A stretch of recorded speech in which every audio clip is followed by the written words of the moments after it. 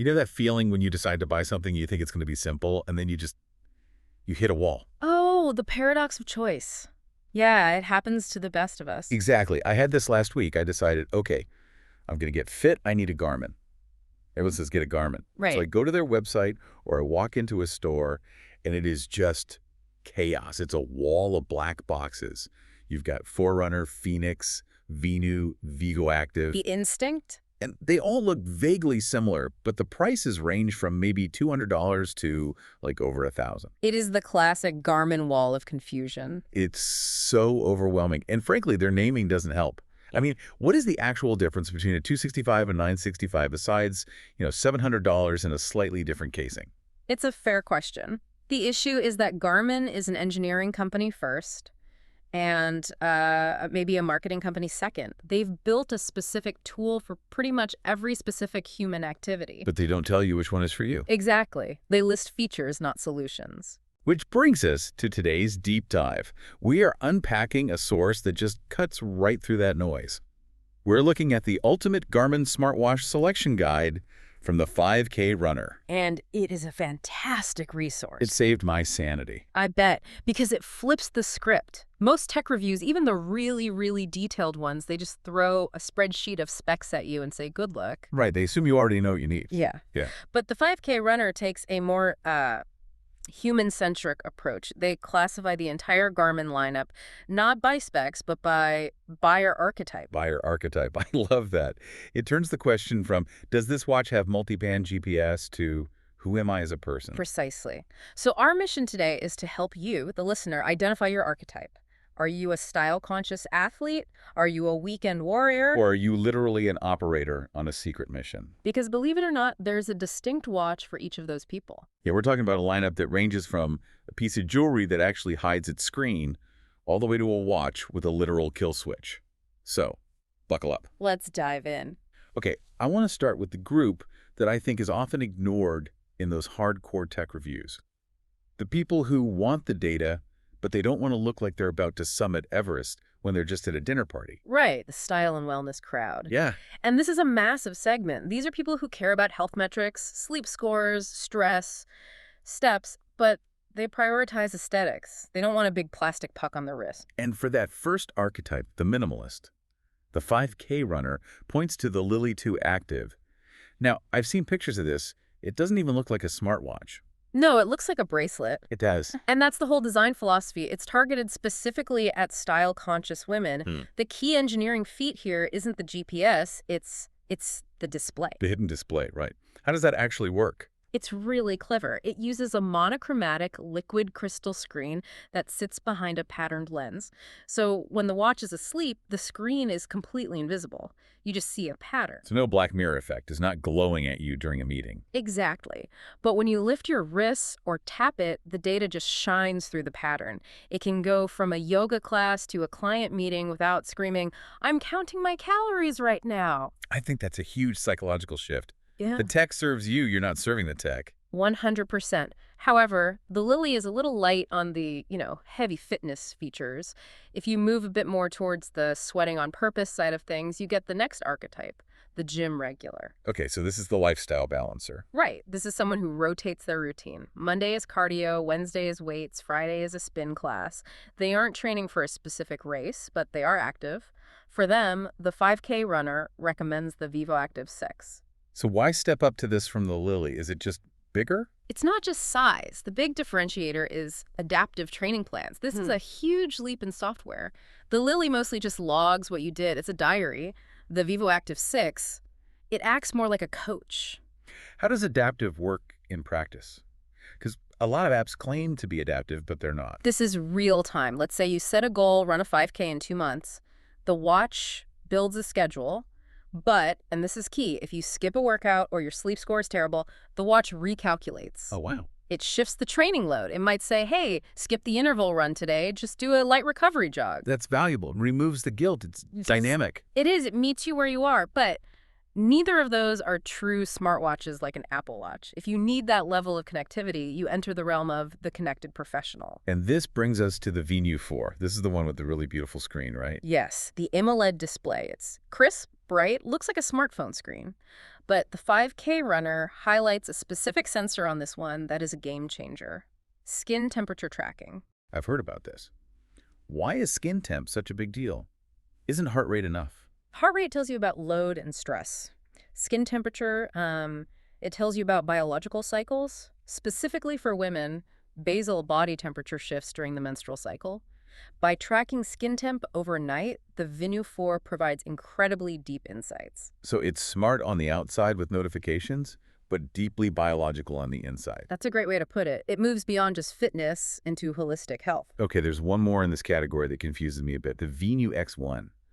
How is that different from the Venue 4? It's a subtle but really critical difference. This is for the style-conscious athlete. Think of the urban runner. Okay, painting a picture, lives in the city, runs on concrete, hits the gym, but might wear a suit to work. Exactly. They want the advanced running metrics, but they need premium materials.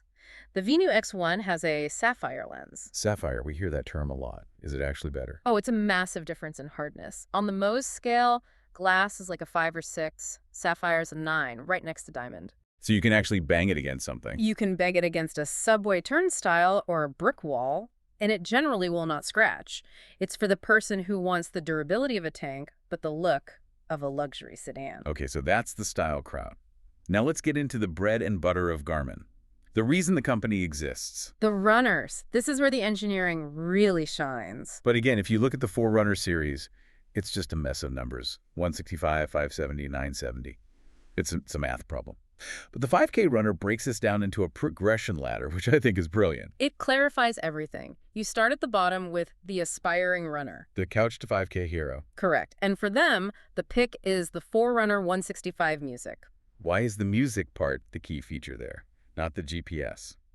Think about the psychology of a new runner. What's the biggest barrier to getting out the door? The hassle, the phone armband, the bouncing pocket, the wires. Exactly, the friction. The 165 music lets you sync your Spotify playlist directly to the watch. You pair your headphones to the watch and you leave your phone at home. That sounds both terrifying and liberating. It just removes the distraction. You are just running. It lowers the barrier to entry to help build the habit. Okay, so you get the 166, you get hooked, you finish that 5K, sign up for a half marathon, you become the serious amateur. And that's when you graduate to the mid-tier, the Forerunner 570. The 570. What does this give me that the entry-level watch doesn't? The key feature here, and this is a big one, is training readiness. Okay, break this down. Is this just telling me if I slept well? It's way more complex. It's an algorithm that synthesizes your sleep, your stress, and most importantly, your heart rate variability, or HRV. HRV gets thrown around a lot. What is it, really? Simply put, a healthy heart doesn't beat like a metronome. There are tiny variations between beats. High variability means your nervous system is relaxed, ready to go. Low variability means you're stressed or still recovering. And the 570 measures this all the time. 24/7. You wake up, it gives you a number. It might say, readiness, low, recovery needed. For a serious amateur, knowing when to rest is more important than knowing when to run. That is huge. I feel like most amateurs just grind until they get injured. The watch saves you from yourself. It takes the emotion out of the decision. But some people don't want to be saved. Some people want to obsess over every detail. Ah, yes. The data junkie, the top of the ladder. The Forerunner 970. This is the beast. Titanium bezel, full mapping, everything. But the real story for the data junkie is the granular biomechanical data. Biomechanical, like the physics of how I run. Precisely. It tracks things like vertical oscillation, how much you bounce up and down. It tracks ground contact, time balance.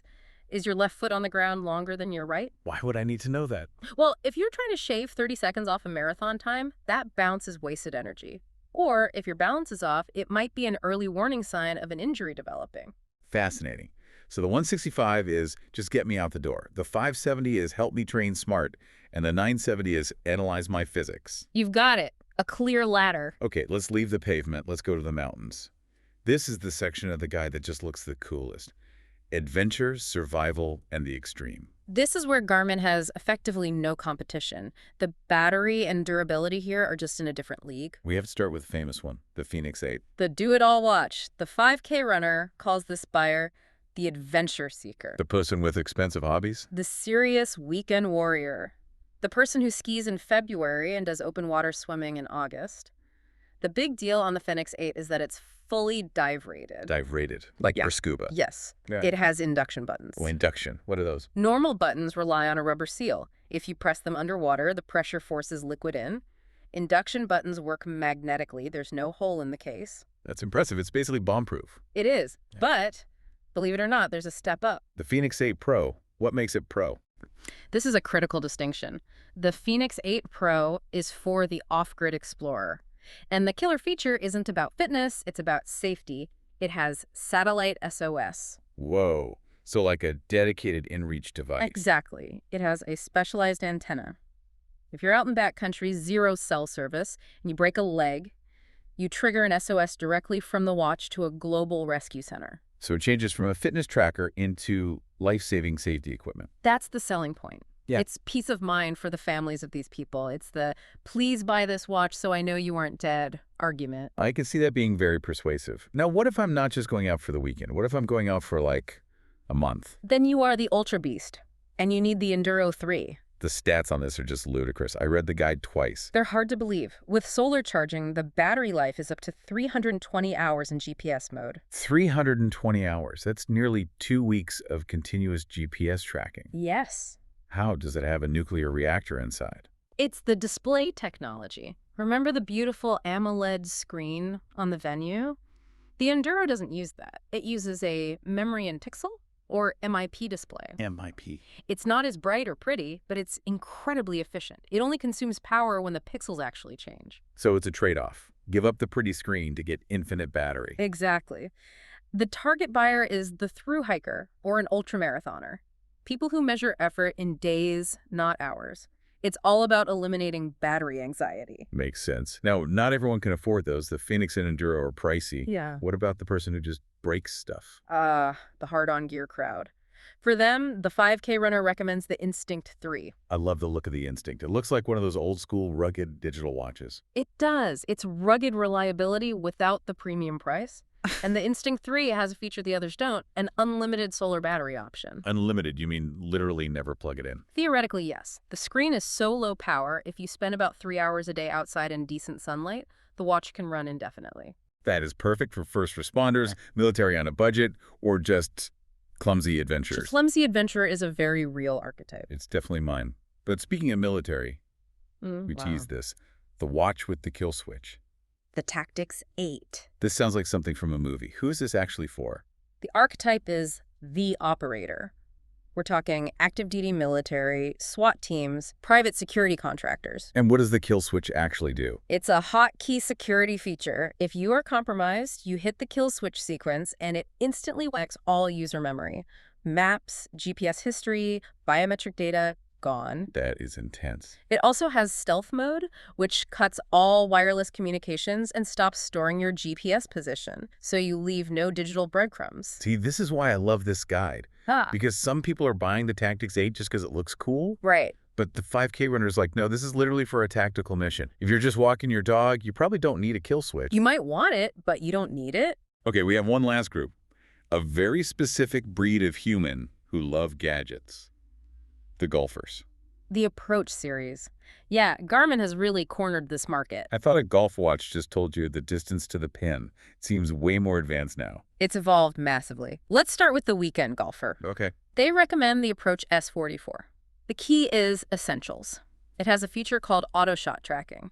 The accelerometer detects the impact of the club hitting the ball and automatically logs where you hit from. You just play. Perfect. You're not slowing down the group. Right. But what if you're a bit more obsessed? Then you're the hybrid player with the Approach S50. This one recognizes you have a life outside of golf, but on the course, it adds elevation-adjusted distances. Right, because 150 yards uphill is very different from 150 yards downhill. Exactly. The watch does the math for you. It'll say actual distance 150, plays like 165. And then the top of the pyramid. The serious golfer. The Approach S70, This thing is basically a robot caddy on your wrist. It has a virtual caddy feature. What's that do? It analyzes your past swing data, and it's brutally honest. Most golfers think they hit their 7-iron 160 yards. Wait. The data might show they actually average 145. So the virtual caddy looks at your actual averages, the wind, the elevation, and tells you, hit the 7-iron. That's incredible. It removes the ego from the decision. It removes the guesswork. It's pure data-driven strategy. So we've covered a massive amount of ground here, from the Lily 2 hidden in a bracelet to the Tactics 8 hiding in the bushes. It really highlights the main takeaway. So before we sign off, I want to leave the listeners with a thought. Looking at all this, virtual caddies telling us which club to hit, watches telling us when we're ready to run. It raises a question about data dependency. Exactly. As these watches get better at telling us what to do, are we losing our own intuition? Are we forgetting how to feel if we're tired?